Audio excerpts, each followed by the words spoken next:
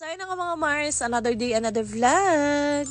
So June pa nga lamang ito mga Mars at ayan, nagpunta na nga kami dito ni ate sa may Alabang Junction para nga mag-inquire para nga sa birthday party ni Tantan. So magsi-7 na nga kasi si Tantan at napag-desisyonan nga namin ni Jowa na dito na nga lang ganapin para wala masyadong pagod at wala na masyadong gagawin. At pag-inquire nga namin dito mga Mars, sabi nga nila ay through online na pala at hindi na pala dito sa mismong branch nila. So kaya naman ayun, umakyat na nga lang din kami para nga matingnan yung place or yung area para nga alam ko at makikita ko rin in case nga na maglagay nga kami ng mga backdrop or mga design. So alam na namin kung saan ito ilalagay. And mga Mars ko, ito palang birthday party na ito ay pinaplano nga pala namin na surprise birthday kay Tantan. Yes, tama kayo na pagkakarinig mga Mars, surprise yan at wala talagang kaalam-alamang bata. Kaya naman talagang si ate na lang din yung sinama ko para nga hindi rin malaman talaga ni Tantan. Dahil kung sasama nga si Jowa ay talagang sasama din yung bata. So paano na lang makakapagplano, diba? Pero ayun, dahil through online na nga daw ang pagpapabook dito ay syempre umuwi na nga kami at bumalik na nga lang kami after namin mag-book online. And pagka-uwi talaga namin mga Mars, nag-book din talaga kami agad kinagabihan. And alam nyo ba, yung iniisip ko nga na date na dapat nga celebration ng birthday niya, which is July 19. Ay nako mga Mars ko, talaga namang napuno ng slot. Tingnan nyo ha, June pa lang yun pero puno na ang slot ng July. So ang tinatarget kasi talaga namin na date dito is July 19, which is Sabado siya. Ang kaso mga Mars ko, ang natira na nga lang na available doon is 9 AM to 11 AM. So ayoko naman masyadong maaga kasi ako talaga hindi rin talaga ako early bird person. So kaya talaga ang target ko tanghali talaga. Ang kaso mga Mars ko, ang mga available lang talaga na merong mga ganong oras is Monday to Friday. So hindi ko naman siya gustong kunin, gawa nga ng, alam nyo yon, yung mga kalarungan ni Tantan, yung mga ina-expect kong mga tao, ay syempre may pasok kasi weekdays nga. Kaya mga Mars ko, alam nyo talaga naman yung ulo ko noon sobrang sasabog, nakakaisip. So kahit sa ibang branch kasi nila sa festival, sa Madrigal, ay talaga namang punong-puno na. So ang ginawa nga namin is chinek naman namin yung July 20. So pag-check namin sa July 20 nga sa may festival, isang available na lang din talaga nila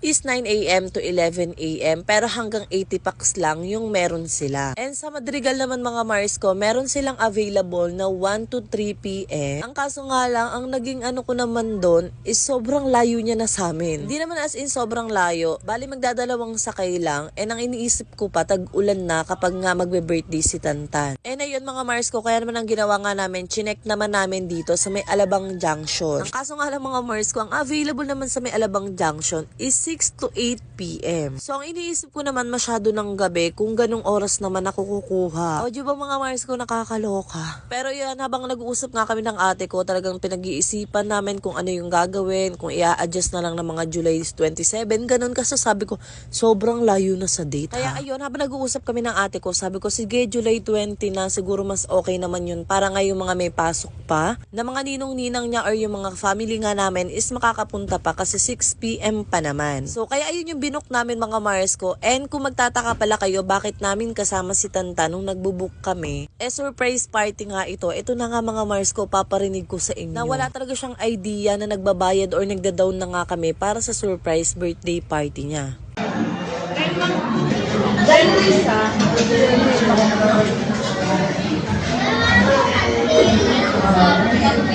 So ayun mga Mars ko, ang buong akala niya talaga is o-order lang kami dito na makakain namin. Since sabi nga namin ay pupunta lang din talaga kami dito para nga kumain dito sa may Jollibee. At ayun mga Mars ko, talagang wala siyang idea na pagdating talaga ng kanyang birthday ay meron kaming pa-birthday surprise sa kanya. So ang buong akala niya kasi ay sa may school lang nga siya magbe-birthday dahil sabi ko nga is wala kaming budget. Kaya habang nagbubook talaga ako dito mga Mars ay sobrang tuwang-tuwa nga ako kasi finally nga ay yung slot nga na para nga sa birthday party ni Tantan ay talaga namang masisecured na. O siya mga Mars, hanggang sa susunod na update. Yun lang, bye-bye.